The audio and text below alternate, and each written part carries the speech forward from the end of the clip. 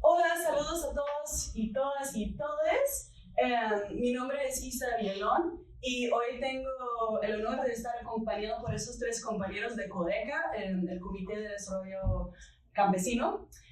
Hoy vamos a hablar del trabajo que ellos hacen, las amenazas que enfrentan por hacerlo y también sobre el caso de Luis Marroquín, un compañero que fue asesinado en 2018 por su trabajo como líder comunitario y militante de CODECA. Entonces, muchas gracias por estar aquí conmigo hoy y por tomar el tiempo de compartir sobre su lucha digna y el trabajo que hacen.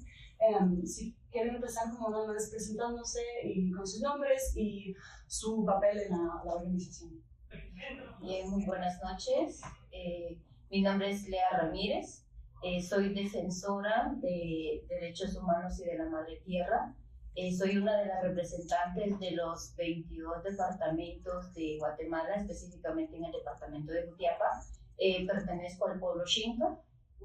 Mi nombre es Enver Bay, miembro de la Coordinación Nacional de CODECA, defensor de derechos humanos y de la madre tierra del departamento de Suchitepeques. ¿Qué tal a todos? Es un gusto estar en este espacio, estar compartiendo esto y poder narrar un poco más de nuestra organización. Mi nombre es Cristian Sánchez. De igual forma, con mis compañeros, soy parte de lo que es la Coordinación Nacional del Movimiento. Integro también lo que son las juventudes del territorio de Ciudad de Guatemala, lo que es el sector urbano, las juventudes urbanas. E igual forma, formo parte de lo que es el equipo jurídico del movimiento. Muy bien, ok. Sí, muchas gracias. Y Lea, usted trabaja entonces, pues ya que usted trabaja justo, o sea, en el territorio rural de Guatemala, en Jutiapa. No sé si nos podría contar un poco, pues, de la visión de la organización, de la estrategia, las tácticas, pero también cómo es que funciona, cómo es que esa visión se traduce en acciones concretas en los territorios. Uno de los trabajos que nosotros hacemos dentro de nuestros territorios como pueblo Xinca es uno de los territorios más grandes, pero es un pueblo que ha perdido también sus raíces por culpa del colonialismo, por culpa del capitalismo, por esa opresión que ha existido siempre. Ese es el motivo por el cual nosotros estamos luchando desde las comunidades. Nosotros caminamos comunidades, no importa el tiempo, no importa el clima, pero nosotros trabajamos con las diferentes comunidades que existen dentro de nuestros territorios para trabajar con ellos, llevándoles la verdad, trabajando con ellos dentro de diferentes formaciones, porque tenemos diferentes espacios para articularnos. Trabajamos con lo que es jóvenes, trabajamos con mujeres que son indígenas, no indígenas también, y también estamos trabajando con lo que son profesionales. Es uno de los trabajos que estamos haciendo como organización, porque es una lucha que se tiene que hacer entre todos. Y más que todo, esta lucha es para lo que ya dije, para erradicar de alguna forma o a nuestra manera lo que es el capitalismo, que es lo que nos está corrompiendo máximamente en el departamento de Jutiapa, que se trabaja en contra de las mineras que nos están tratando de desplazar de nuestro territorio. Solo en el municipio o departamento de Jutiapa están tratando de darle vigencia a lo que son ya 36 mineras. Dos de ellas están trabajando ya dentro del departamento de Jutiapa. Una de ellas es Eleva Resource. Ese es uno de los trabajos que también estamos haciendo, ¿verdad? No solo defendiendo el derecho del ser humano, sino que también defendemos el derecho que tiene la madre tierra. Ese derecho que tiene de ser cuidada, de no ser explotada. Ese es el trabajo que hacemos de comunidad en comunidad. Lo hacemos en todo el departamento.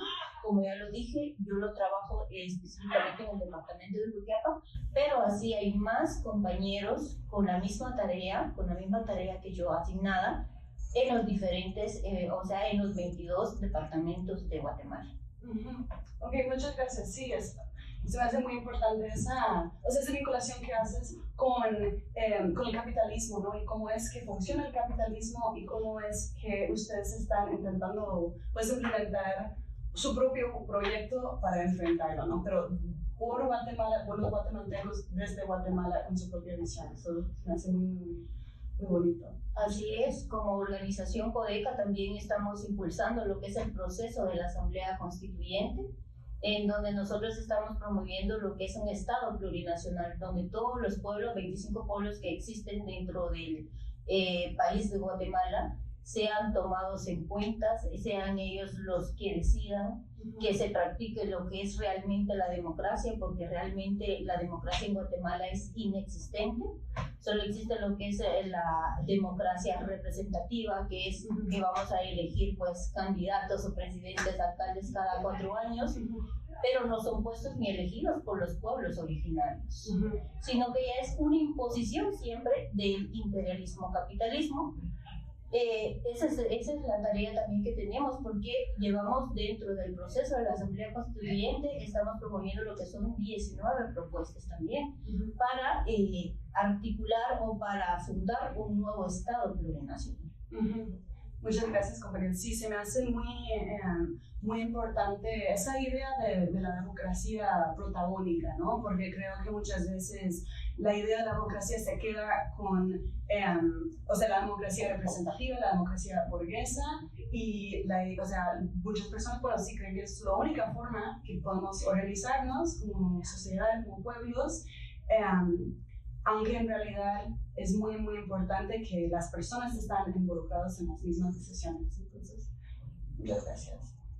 No sé si ustedes querían agregar algo. Pues la organización nace en 1992 con la lucha de acceso a tierra y derechos laborales. En el transcurso de los años se ha llevado otra lucha, tema jóvenes, tema mujeres, resistencia ante las represiones que tiene el Estado ante las comunidades, y es así como la organización hoy por hoy ha crecido a nivel nacional, teniendo presencia en los 22 departamentos y lograr consolidarse como la organización más grande en Guatemala, una que hasta el Estado, con el afán de querer exterminarlo, por así decirlo, ha metido presos a diferentes líderes y lideresas de la organización, también donde se han visto vidas sacrificadas, ofrendadas por la lucha, e igual manera donde se ve una represión hacia las comunidades, donde están siendo privadas de sus derechos humanos, como es el derecho al acceso a tierra, como es el derecho a la energía eléctrica. Y hoy por hoy la organización también se está metiendo o está viendo el tema del agua, ya que el Estado está haciendo leyes o está promoviendo una ley que su fin va a ser privatizar el agua. Entonces necesitamos resistirnos ante esa privatización. Ya tenemos experiencia como pueblos de que lo que pasó con la energía eléctrica al privatizarla, prácticamente las comunidades, nosotros, todos los pueblos, somos los que pagamos altos precios de la factura, y las grandes empresas de los oligarcas pagando una significativa, y a veces ni siquiera pagan lo que es la energía eléctrica.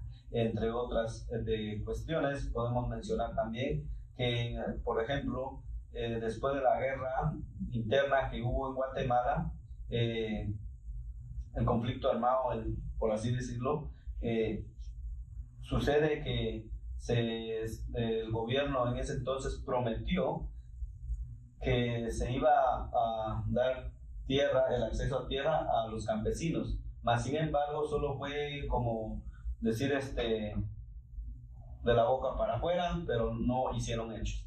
Lo que hicieron es acaparar las tierras fértiles para dárselos a los terratenientes, y las tierras infértiles son las que se las daban al campesino. Y así, aunque un campesino tenga su tierra, pero si no es fértil, no puede producir para sobrevivir. Y con una canasta básica elevándose cada día más, y los cobros de las empresas privadas a un alto precio, ¿cómo puede sobrevivir los pueblos originarios de Guatemala? Es una cuestión muy complicada que Codeca ve y lucha en todos los ámbitos salud, porque miramos cómo es que hoy por hoy tampoco el Estado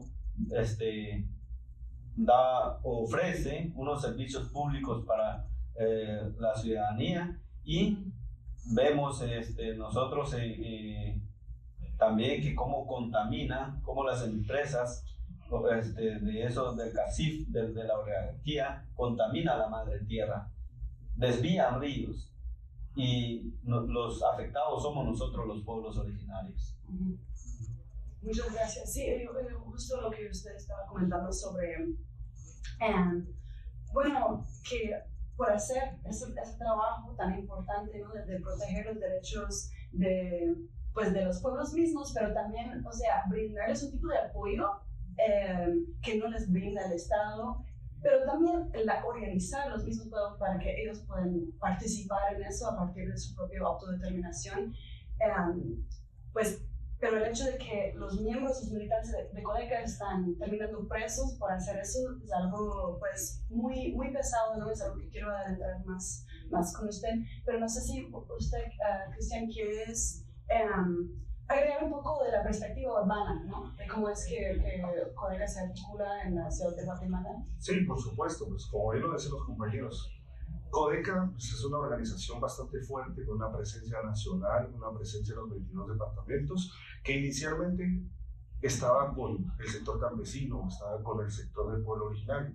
Sin embargo, creo que la propuesta de Codeca, la propuesta del movimiento ha ido enriqueciendo, se ha pasado de tener lo que son 15 ejes de trabajo a ir subiendo y trabajando, a tener 19 ejes de trabajo. Y entre todo ese camino se ha dado cuenta de que el sector oprimido no está únicamente en lo que son los sectores urbanos, los sectores rurales, claro, y de igual forma, desde ese punto ha encontrado la necesidad y ha encontrado y ha visto cómo es que sectores urbanos, juventudes urbanas, personas que viven en los sectores urbanos de igual forma, son sectores empobrecidos, son sectores que viven en una extrema pobreza, en una pobreza que es muy difícil para su diario vivir, para su forma.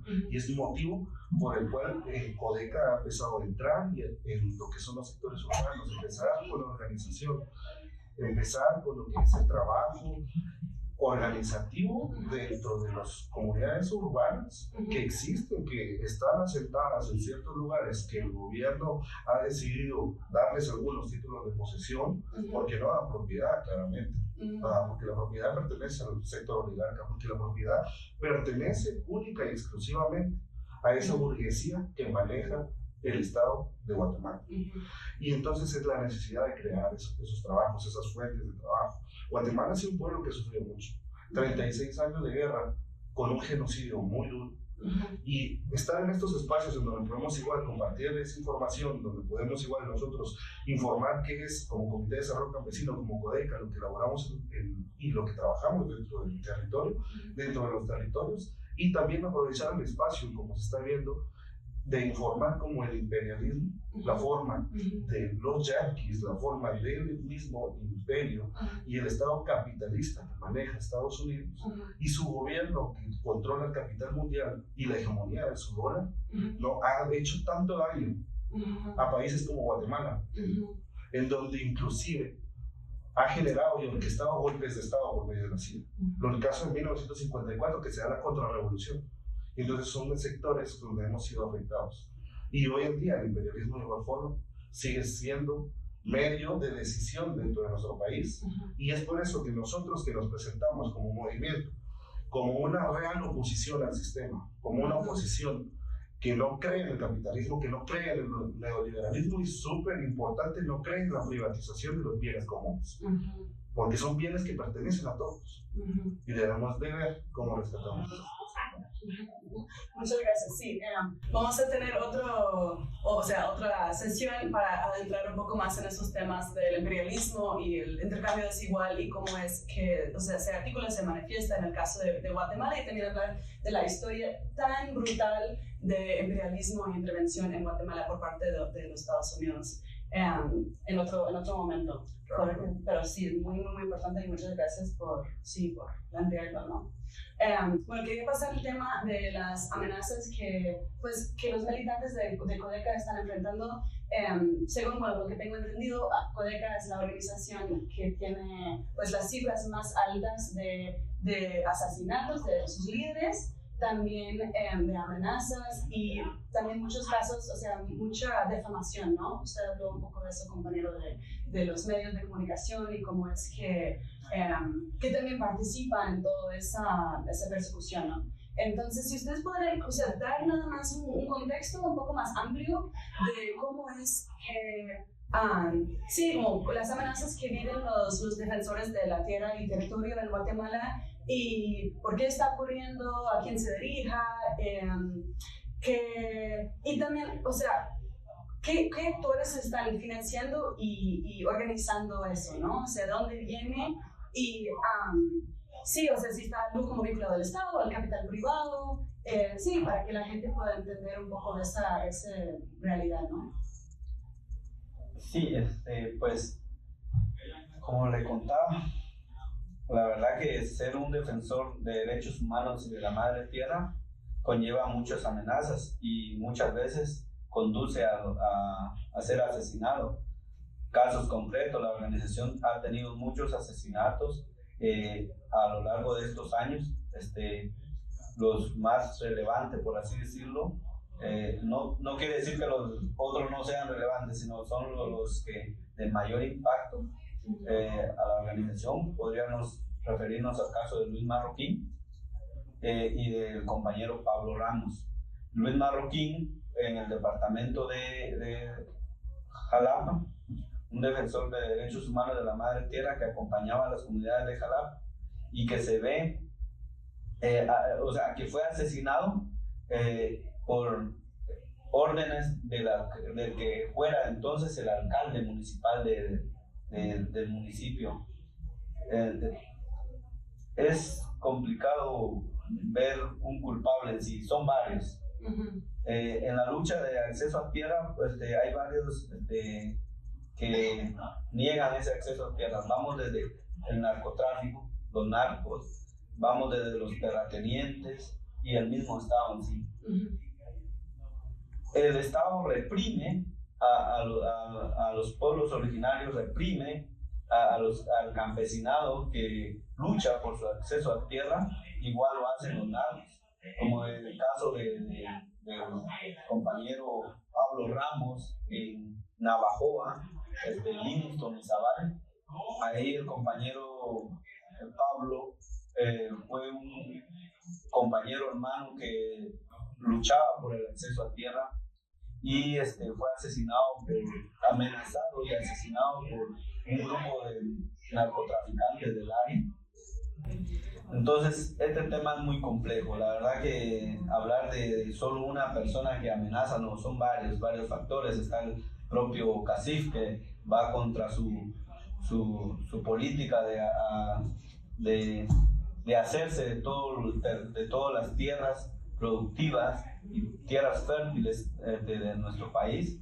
Por ejemplo, si uno va a lo que es la costa sur de Guatemala, ahí se puede ver una gran cantidad de extensiones de tierras con monocultivos, y los cuales los terratenientes, las empresas que lo tienen ahí, destruyen la madre tierra, desvían ríos, contaminan ríos y dejan sin acceso al campesinado para que pueda realizar trabajos, para que pueda sembrar sus propios alimentos y así subsistir.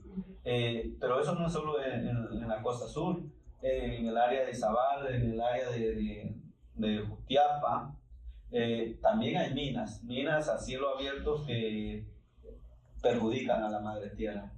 Es bastante el tema tierra en sí. Para abordar ese tema yo creería que tendríamos que ir desde la historia, desde por qué se comienza el conflicto armado, porque fue uno de los principales ejes por qué se comienza el conflicto armado, y todo esto es un proceso que ha venido día a día. el Estado reprimiendo al campesinado, a los pueblos originarios, solo por obsequiarles esas tierras a grandes terratenientes, a grandes delincuentes que realmente solo ven por ellos mismos y no por los pueblos originarios. No sé, ¿quieren abordar? Claro, bueno, desde esa perspectiva, como lo vemos, es que las personas que han estado gobernando Guatemala, que muchas familias vienen desde la colonia, entonces desde el saqueo que trae la parte colonial, la parte occidental, hacia el territorio de Abya Yala, hacia el territorio latinoamericano, es uno de los principales en donde empieza la repartición de las tierras, ¿no? Y entonces es bien complejo la situación. Hoy actualmente vemos algunas luchas y unas formas de represión por parte del Estado y por parte del sector privado, de esas familias, de esas 15, 16 familias que manejan lo que es la economía y el capital en Guatemala. Y entonces vemos cómo también desde ese punto empresas transnacionales ingresan también al país, empresas con injerencia de igual forma. Y cómo es que los territorios que ancestralmente le corresponden a los pueblos originarios, porque estaban asentados allí desde hace muchos años, desde hace más de 200 años, desde hace 500 años es más, donde viene la colonia. Y entonces estaban asentados en esos territorios y inclusive hay algunos que tienen títulos de propiedad que son hechos por la misma colonia española. Y entonces en ese sentido, hoy en día están haciendo desalojos. Y los desalojos son forzados. Los desalojos son forzados y son totalmente ilegales. Son arbitrarios, ¿no? Y entonces vienen y utilizan la fuerza del Estado para desalojar a las comunidades. Y a la fuerza del Estado, a la Policía Nacional Civil y al Ejército de Guatemala para sacar a comunidades de donde están asentadas. Y sacan a comunidades, incluyendo a niños, incluyendo a mujeres, e incluyendo familias completas. Familias completas. Eso es bien preocupante, es alarmante, porque dentro de donde están asentados en territorios por ancestralmente el pueblo originario estaba ahí, les corresponde, y están sacando a 500 familias, a 1000 familias dentro de esos lugares, desalojándolos. ¿Para qué? Para otorgarle la tierra al terrateniente, para otorgarle la tierra al gran dueño del capital, a las empresas para realizar lo que son los monocultivos de caña de azúcar, monocultivos de palma de aceite, ¿no? Que es primeramente contaminante, sumamente duro para lo que es nuestra madre tierra, que es algo que vemos con mucho detenimiento, y que creemos que la madre tierra debe ser garante de derechos humanos, debe ser alguien con el que convivimos como una persona más, como una abuela o una madre tierra. Entonces es lo que... No sé si le vamos a agregar. Sí, no sé si quieres. Justo iba a decir que, bueno, estabas hablando antes de la entrevista un poco sobre, o sea, esa visión que tiene Codeca, ¿no? De ser, pues, anticapitalista, antiimperialista y como el imperialismo como una condición necesaria del capitalismo. Y como mencionó el compañero, la historia, o sea, esa historia no nació ayer, o sea, es una historia que se ha desarrollado por más que 500 años, ¿no? Y cómo es que Codeca está enfrentando esa realidad y por enfrentarlo están siendo perseguidos, pero también porque representan una amenaza real a esos tipos de sistemas, porque es una organización muy grande, ¿no? Que está promoviendo mucha conciencia política y social y de clase dentro del mismo pueblo guatemalteco, y cómo es que eso es una amenaza a esos sistemas violentos. Y el lazo que eso tiene con, pues, con las amenazas y asesinatos que vienen del Estado, ¿no? Como el autor intelectual. Entonces, sí, no sé si quieres comentar un poco de eso, de cómo, o sea, ¿por qué es exactamente que están, sí, persiguiendo a la gente de Codeca, ¿no? Precisamente es por lo que usted ha dicho, es por estar promoviendo los derechos de los diferentes pueblos, es por estar promoviendo esa conciencia política, porque realmente eso es lo que hacía falta. esa conciencia política que haga que resurja el despertar de las personas, de los pueblos originarios. ¿Para qué? Para contrarrestar lo que nos está matando, que es el capitalismo, el imperialismo, ese opresor que está vigente en Guatemala. Entonces, ese es el trabajo que nosotros hacemos como defensores. Esa es una de las mayores razones por la cual, como defensores y defensoras de la madre tierra y de los derechos humanos, estamos siendo perseguidos, criminalizados, incluso hasta asesinados dentro de nuestra organización. Ya lo mencionábamos, llevamos ya lo que son 28 compañeros asesinados. Pero es eso, es porque nosotros representamos la oposición, representamos lo que podría ser el exterminio del capitalismo. Eso es lo que ellos temen. Entonces, por eso es que somos tan atacados, perseguidos, criminalizados, asesinados. Sí, y o sea, se me hace increíble que igual todos los días se levantan y siguen haciéndolo, ¿no? O sea, 28 personas asesinadas no es poco, o sea, es muchísimo. Y bastantes presos, o sea... Ajá, y presos sí también, o sea, sí, tenemos que hablar también de esas otras formas de... Ajá, sí, perdón. Sí, no, te decía, han metido muchos compañeros presos que en realidad en ninguno ha llegado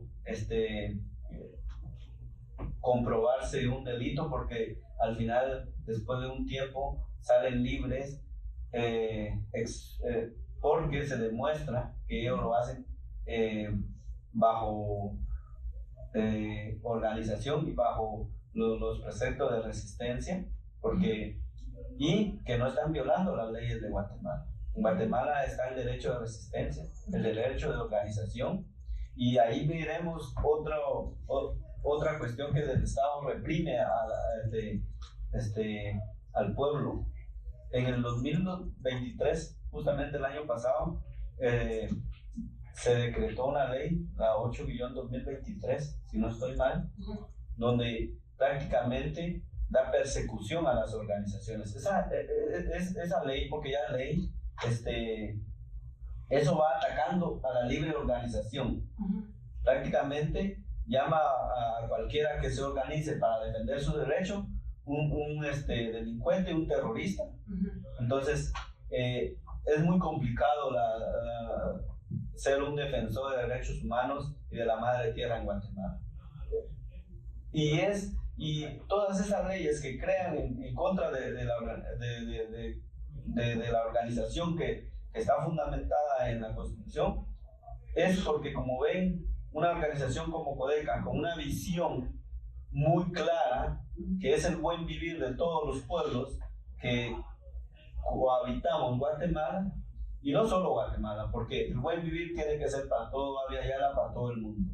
El buen vivir no es solo porque yo esté bien, no, el buen vivir es de todos y todas, y no solo de un pueblo, sino de todos, porque todos somos parte de la madre tierra. Entonces, en el 2015 me recuerdo yo que también el presidente en ese entonces, Otto Pérez Molina, dijo que Codeca era un cáncer.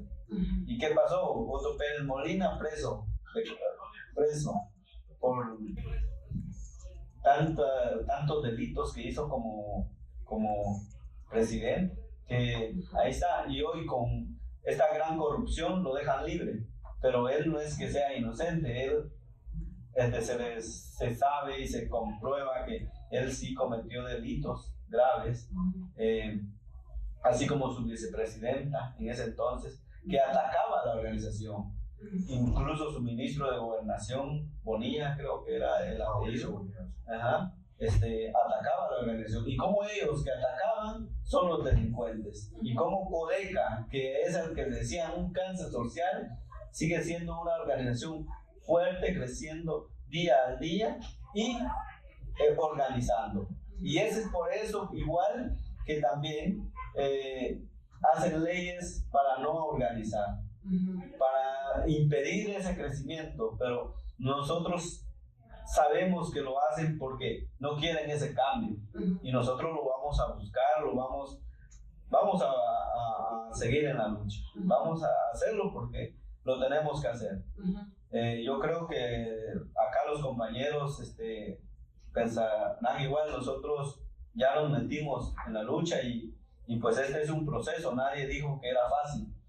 Y si no fuera complicado, yo creo que estaríamos bien en Guatemala. Y esa situación no está ahí. Es complicado, o sea, desde vivir en Guatemala con ese sistema capitalista, con ese sistema patriarcal que oprime cada día más a los pueblos.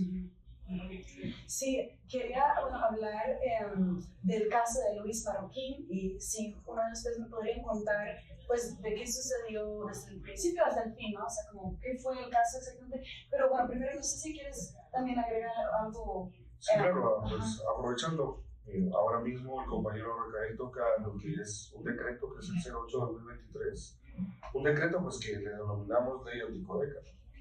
Es una ley que va directamente a atacar a la organización. Es más, nosotros, como bien lo decía, la constitución actual, y digo la constitución actual de Guatemala, porque pues claramente no me representa, no representa creo que ninguno de mis compañeros, y no representa a ninguno de los pueblos originarios actualmente. Es una constitución que es de base burguesa y que protege intereses privados al final, y que al final a los pueblos originarios, el sector campesino es el que menos ve. O sea, actualmente la Constitución tiene 4 artículos únicamente que hablan de los pueblos originarios. Entonces, claramente, pues no vemos mayor cosa allí. Y como organización que nos presentamos como una oposición real, y que tenemos bien clara la posición y bien clara la situación, y sabemos quién es el enemigo, y sabemos cómo es que juega y cómo se está trabajando. Y por lo mismo planteamos esa Asamblea Nacional Constituyente Popular y Plurinacional con el fin de crear una nueva constitución que nos represente a las mayorías, que nos represente a los pueblos originarios, a cada uno de nosotros, a los sectores campesinos también. Y entonces en ese punto trabajamos 3 fases, ¿no? La parte preconstitucional, donde estamos trabajando, la parte constitucional, pues poder iniciar esos procesos constituyentes y la defensa de esa constitución. Entonces, claramente tenemos bien claro el camino y creemos que el Estado plurinacional puede llegar a traer lo que el pueblo de Guatemala y los pueblos de Guatemala, las naciones que están dentro de, están y pueda llegar a mejorar la situación. O sea, soltar el Estado-nación, el Estado-nación que es colonial, un Estado que es occidental, hacia un Estado plurinacional que nos represente a cada uno y a cada uno de nosotros. Que es algo que luchamos. Sí, ¿puedes contarnos un poco más de qué es el plurinacionalismo y por qué es importante? Porque sé que es algo central del programa política de Codeca. Entonces, sí, puedes contar un poco a la gente, a nuestros oyentes, pues, ¿qué es y por qué es tan central en todo lo que es que ustedes están trabajando y planteando? Claro, por supuesto, pues como bien veníamos hablando, creo que somos una organización que aglutina campesinos, aglutina pueblos originarios y sectores urbanos. Y entonces en esa misma narrativa vemos de que Guatemala es un país pequeño, si bien está en Centroamérica, pero no solo por ser pequeño quiere decir que somos pocos, ¿no? Que solo somos una cultura. Guatemala tiene una riqueza cultural muy grande, es más, tiene 25 pueblos que habitan todo el territorio guatemalteco. Y en ese sentido también, pues en esos pueblos vamos viendo que son mayas, que son xincas, que son garífunas, y que por último también tenemos al ladino mestizo, que si bien el ladino mestizo no figura como un pueblo originario, porque ha ido perdiendo, o sea, ha ido esa alienación que ha sufrido, ¿no? Pero igual ahora mismo va teniendo ciertas tradiciones, va juntando también ciertas costumbres que al final lo hacen también como un pueblo, no originario, pero al final se queda pueblo. Pero también es de ir profundizando bastante en lo que es cada uno de los pueblos. Por ejemplo, el pueblo maya, que el pueblo maya es un pueblo bastante grande, bastante rico, que engloba muchos más pueblos. Y lo vemos posible en lo que es el pluralismo, porque hablamos de la plurinacionalidad. ¿Y cómo se establece una nación? Una nación, ¿qué requisitos o qué formas? ¿Qué es lo que pide? La nación al final pide lo que es el territorio, lo que son las personas, ¿no? La sociedad, lo que son las costumbres, las tradiciones, la forma de organización. Y todas esas las cumplen todos los pueblos que están habitando Guatemala. Y entonces es posible que cada una sean naciones. Pero dentro del territorio entonces hablamos del plurinacional, de lo plurinacional, del pluralismo, ¿no? Porque están todos esos pueblos que tienen estas características que pueden aglutinarse para poder trabajar en un proyecto plurinacional, en un proyecto de transición de ese Estado-nación colonial, de ese Estado-nación que es patriarcal, que es machista, que es opresor, que también ataca a cada una de las comunidades, ataca a cada uno de los pueblos y que es burgués en su concepción y que también es racista y que es discriminador, ¿no? Puede ser esa transición hacia el Estado plurinacional y entonces reconocer a cada una de las naciones por medio de la autodeterminación de los pueblos, que es algo muy importante que cada uno de los pueblos debe poseer y es uno de los por qué Codeca mantiene esa propuesta. Y vemos muy claro el camino hacia ese Estado plurinacional, viendo también esas fases, como bien mencionaba, de la constituyente, del proceso preconstituyente, de un proceso constituyente en donde tengamos la participación de los sectores, de todos los pueblos originarios del sector campesino y la defensa de esa constitución, que claramente ahora sí podremos decir nuestra constitución, podemos decir que es algo que nos representa, porque actualmente no nos representa y así es.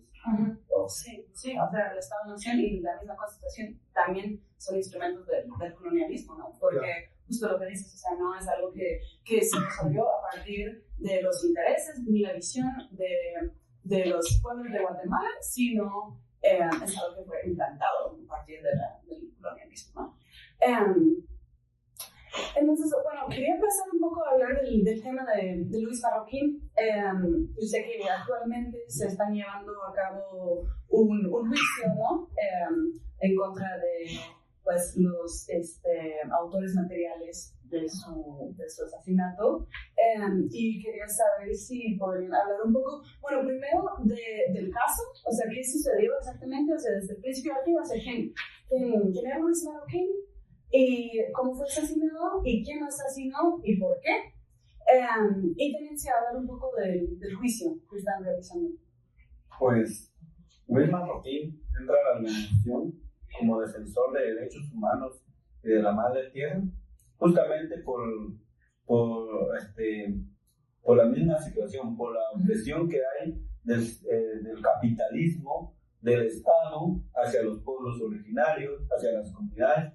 Él entra, se organiza en su comunidad, que es el Carrizal del departamento de Jalapa, y pide el acompañamiento de la organización.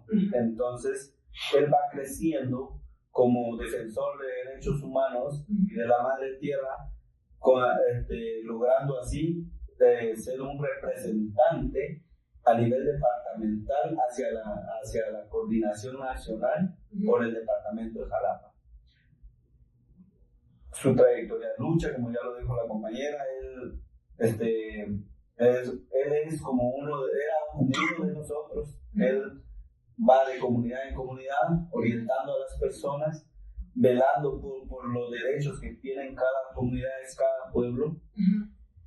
Su área era Jalapa y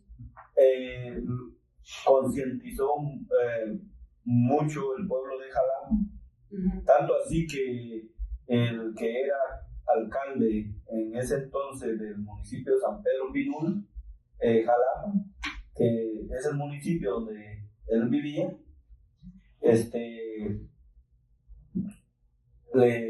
lo asesina. Pero no solo es una cuestión del alcalde hacia querer asesinar a un dirigente, a un defensor de derechos humanos, lo tenemos que ver allá. Esto no es solo que el alcalde en sí, sino es el Estado en ese entonces, porque estaba el Estado en sí general oprimiendo a la organización. Ya lo decía un Otto Pérez Molina, diciendo que Codeca era un cáncer. Tantos funcionarios públicos viéndose en casos de corrupción, beneficiándose a empresas del CACIF, Entonces acá podemos decir que fue como la unión de varios factores, de varios culpables, que llegó un día trágico, un 9 de mayo de 2018, a que todo esto, toda esa unión de esa magia, de ese sector capitalista, de ese sector opresor de los pueblos originarios, asesinaran al compañero Luis Marroquín. Lo masacraron. La verdad que es un hecho muy lamentable el fallecimiento del compañero, una ofrenda que le hizo él al pueblo, a los pueblos originarios, y que seguimos con esa lucha de que su asesinato no sea en vano, sino que buscar el buen vivir que él soñaba, porque él era uno de los que soñaba con este buen vivir, que ahora ya no es la lucha, pues él ha ido a pasar la mejor vida y la lucha ya nos queda a nosotros, seguir luchando, buscando ese buen vivir. El alcalde en su entonces, pues bueno, cuando fue asesinado Luis Marroquín, ahí se ve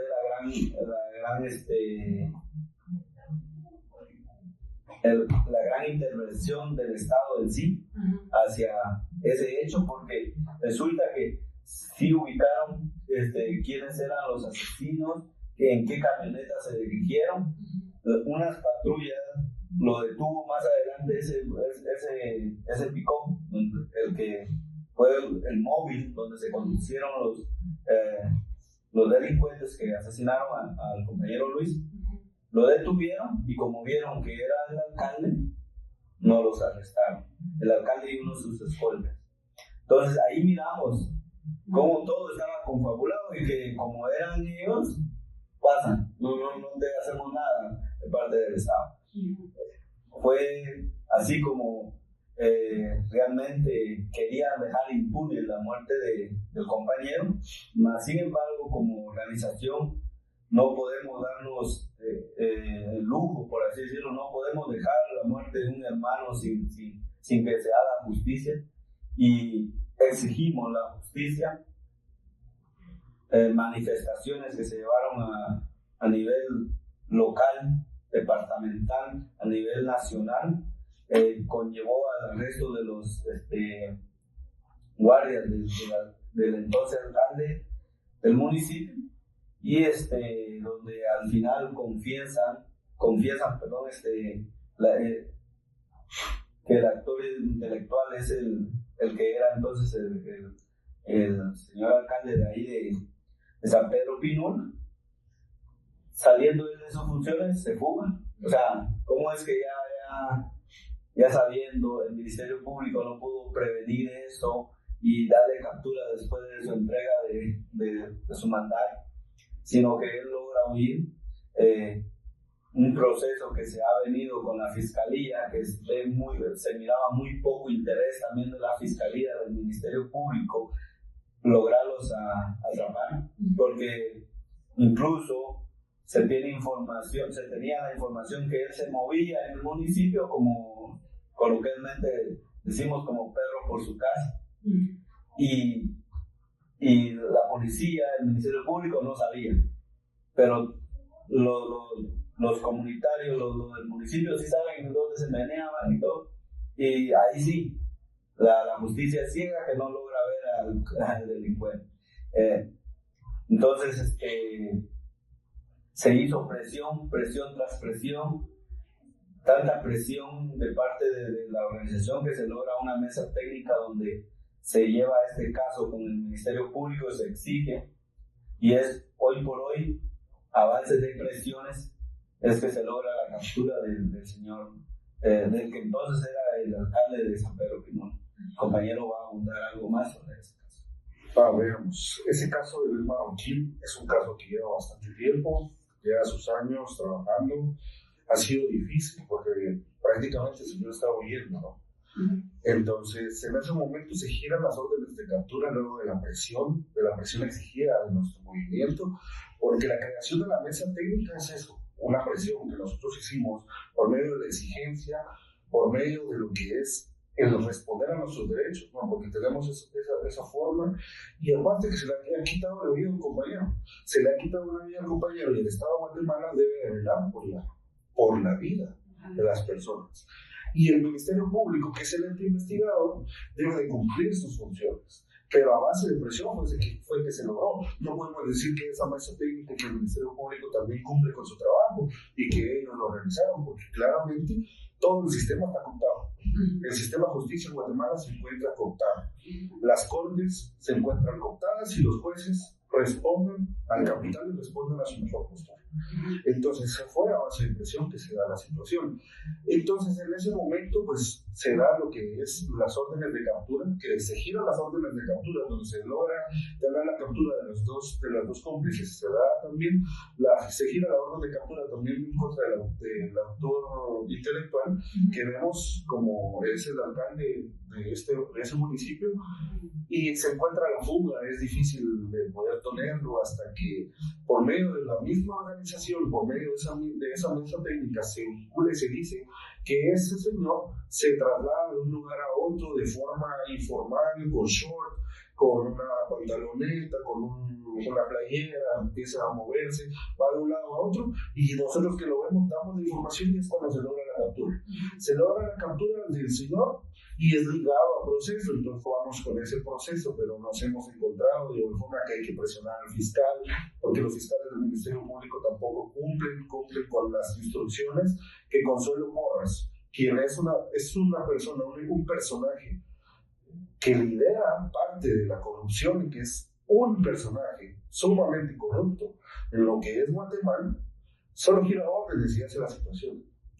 Entonces es bien complejo que ellos puedan empezar a trabajar, que puedan aportar.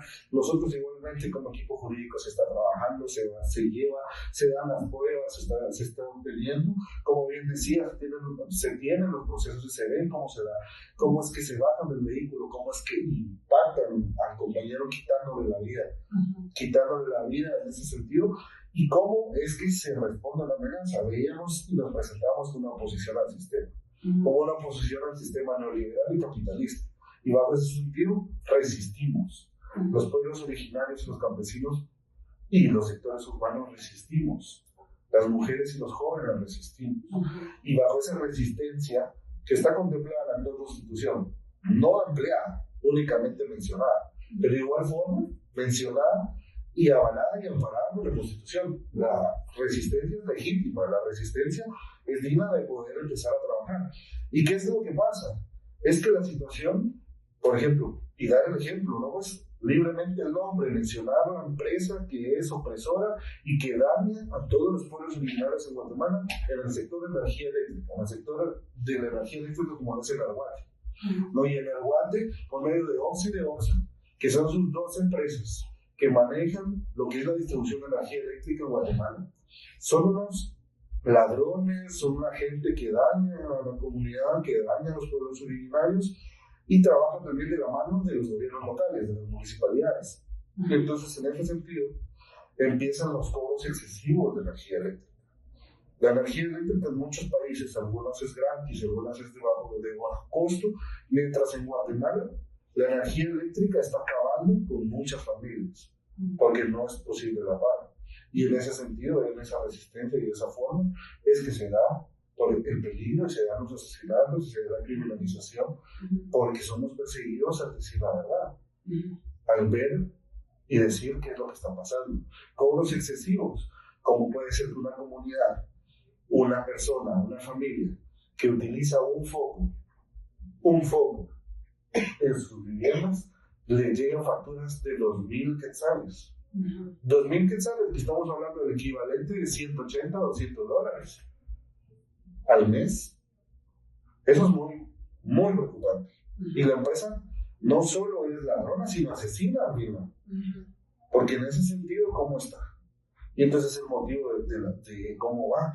Y entonces el proceso se da el juicio oral y público en esos momentos, que se ha ido suspendiendo porque la persona y los abogados, ¿no? La parte defensora del alcalde, que en ese entonces era el alcalde, ¿no? Alega ahora de que la persona está en un estado de locura, ¿no? Y entonces solicita que sea trasladado al Federico Mora, al Hospital Federico Mora, que atiende estos procesos mentales para poder ser evaluado y de esa forma eludir a la justicia y no tener una sentencia firme de que es un asesino de una persona que estaba defendiendo derechos y que estaba resistiendo a lo que sucede en Guatemala. Y la justicia lo permite, y el Ministerio Público lo permite, porque el fiscal no quiere empezar a trabajar mayormente. Y entonces es un gran problema, están alargando los juicios, está sucediendo y está pasando lo que vemos, pero nosotros igual como movimiento, primeramente no vamos a tener miedo sobre eso. Y segundo, vamos a seguir resistiendo, presentando esa oposición y creyendo en las personas que son lo importante en la parte de las comunidades, siguiendo organizando, apostando por la organización y la articulación hasta llegar a ese buen vivir que todos y todas necesitamos. ¿No?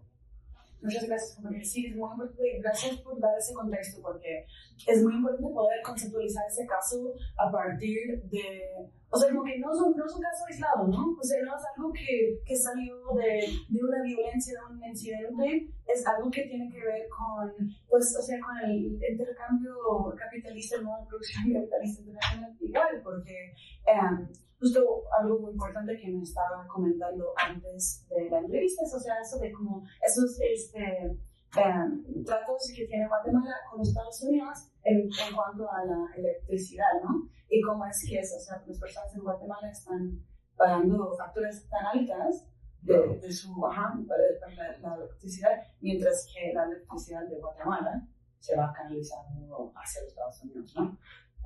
Sí, bueno, sí, antes de terminar, nada más que, sí, ¿podrías desarrollar un poco eso? Claro, de igual forma, mis compañeros igual podrían ir ampliando, pero primordialmente Estados Unidos, que es un imperio que ha dañado sumamente a todos los pueblos del mundo, pues no solo de la América, del mundo.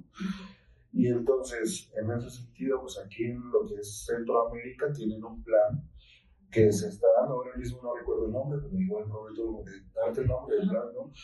Pero sí, tienen un plan que traza una ruta desde Panamá hacia Miami, Nueva York y Florida para llevar energía eléctrica hacia esos puntos. ¿Y por qué ese es el plan? Primeramente porque en Centroamérica tenemos lo que es muchos ríos, muchas fuentes hídricas que generan hidroeléctricas, que generan energía eléctrica. Y en ese sentido, en Guatemala y en varios países de Centroamérica, la energía eléctrica tiene un precio mucho menor a lo que va a poder tener en Estados Unidos. ¿Por qué motivo? Por la mano de obra barata, porque al final el capital es depredador, el capitalista es depredador y toma todo lo que le crea por plusvalía, le genera plusvalía, se quede con esa parte y únicamente le retribuye la fuerza de trabajo al único trabajador que es el único que es dueño, que nada más. Y entonces en ese sentido, tras ese plan, se da esa parte y hay territorios como es Guatemala que genera más del 200% de su capacidad de energía eléctrica, que para funcionar Guatemala únicamente estaría entre el 40 y 50% para generar lo que necesita actualmente. Y está generando un 200% extra de lo que está en varias hidroeléctricas que se tienen en el país para llevar esa energía a las grandes ciudades como Nueva York. Nueva York es un centro del capital del mundo, de la burguesía del mundo, del sector que oprime a todo el mundo. Y entonces eso es bien preocupante porque se aprovechan de los pueblos originarios, se aprovechan de campesinos, dizque llevando la promesa de dar trabajo, pero únicamente comprando su fuerza de trabajo a un muy bajo costo y siendo un gran riesgo y una amenaza. Porque desde ese punto mantiene entonces a esas partes con una idea errónea, por si en un momento se levantan movimientos como Codeca en Guatemala, para orquestar golpes de Estado, que lo ha hecho anteriormente. En muchos sectores de Latinoamérica lo ha hecho. Y Guatemala lo tuvo. En 1954 se nos revuelve por el imperio yanqui. Y entonces es un plan bien preocupante, ¿no? Pues vemos cómo se está dando esa situación. Sí. Bueno, y como te quería preguntar también, pues ya que usted, para también pues viene del sector más rural de Guatemala y de Jutialpa, como mencionaste antes, es que hay 20, si no me equivoco, ¿cuántas minerías? 28, si no estoy mal. Tienen alrededor de 36 licencias en espera mineras. Sí. Si nos podría dar un poco del contexto de cómo es que eso funciona, o sea, ese tipo de saqueo en el contexto de las minerías, justo en Jutialpa, en los comunidades. En Jutialpa se da la situación de que ya hace varios años está situada lo que es la minera San Rafael, liderada primeramente era de una empresa canadiense. Ahora se supone que no es canadiense, pero se llama Eleva Resource. Se ha dado en ese municipio, está específicamente en el municipio de Asunción Mita del departamento de Jutiapa, esa minera. Esa minera ha estado funcionando a través de túneles. Están sacando diferentes materiales. Se ha hecho en ese municipio ya lo que es una consulta popular para lo que es detener el funcionamiento de la minería. Porque esa minera, en lo que estuvo en funcionamiento, ha afectado lo que es el río que conecta con lo que es Honduras, si no mal recuerdo.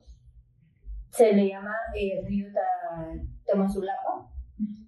Ese río está totalmente contaminado, conecta con otras comunidades, esas comunidades las cuales están siendo afectadas. ¿Por qué? ¿Por qué están siendo afectadas? Porque ustedes saben que las mineras, todo material que sacan lo tienen que llevar un lavado y ese lavado se hace en los ríos. Los diferentes químicos que sueltan recorren las diferentes rutas del río, contaminando, matando también la vida que existe dentro de esos ríos. Es decir, allá se pescaba y todo eso ya no se da, ya no existe esa pesca. Entonces, es una de las formas en la cual ha estado operando esa minera. Se ha hecho luchas dentro de ese municipio, se ha hecho, como lo dije ya, una consulta popular, la cual se ganó a favor de la población en que esa minera ya no funcionara, pero lastimosamente, entre el año pasado, más o menos a mediados del año pasado, se puso un amparo por parte de la Corte de Constitucionalidad, si no mal recuerdo, en la cual amparaba a la minera y no al pueblo, desvalidando la decisión del pueblo en que ya no funcionara.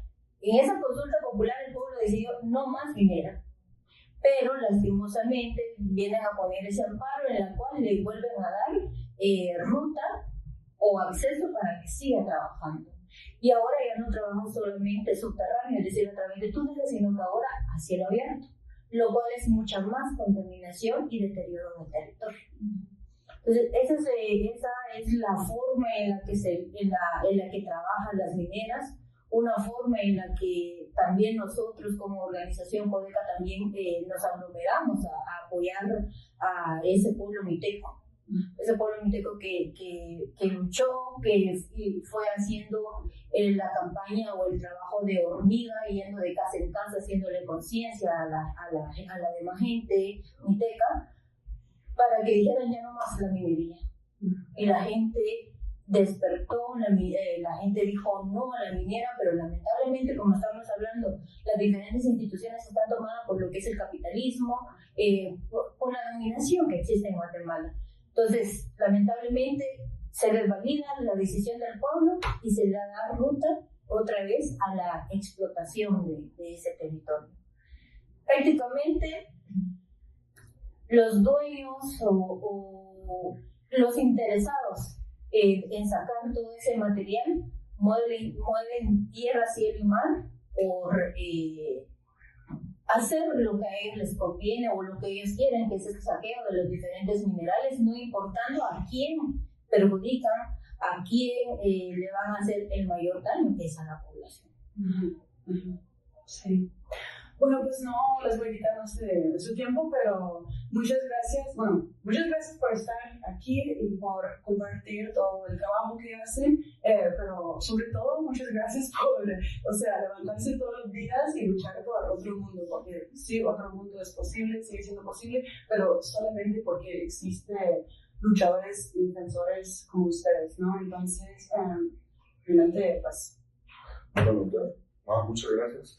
Pero yo digo que antes de finalizar, sí, perdón, esta parte que mencionaba la compañera, jurídicamente solo le corresponde a la regalía es el 1% de lo que extrae la minera. Oh, sí. Entonces es una cantidad ridícula. Y mínima. Sí. 1% que le quede al Estado de Guatemala, a los territorios, sobre esa explotación, ese recurso que es propio de los pueblos originarios, de los campesinos y de toda la población que habita los territorios. Entonces, es una cantidad súper alarmante, bien compleja.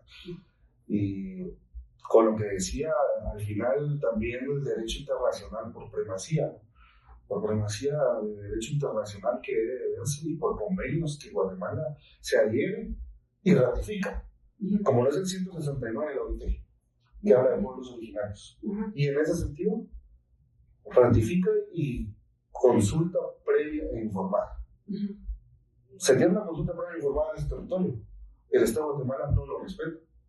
Y la Corte de Constitucionalidad, quien es la Corte que vela por el tema de jerarquía máximo en Guatemala, emite una resolución a favor de la empresa privada, saltándose todo lo que es derechos humanos, saltándose todo lo que es la consulta previa informada de los pueblos, los tratados y la supremacía internacional.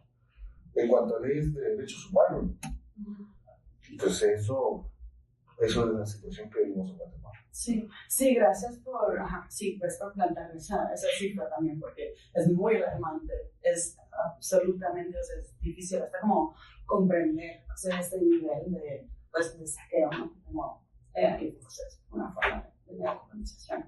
Claro. Esto parece bueno. Pero bueno, muchas gracias por toda esa claridad de análisis que ustedes tienen y por habernos lo compartido hoy.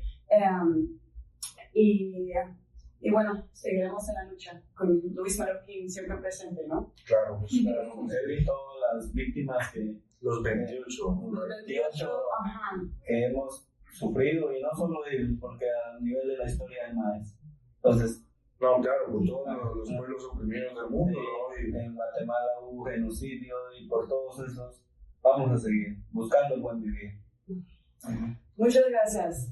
Un gusto. Sí, bueno.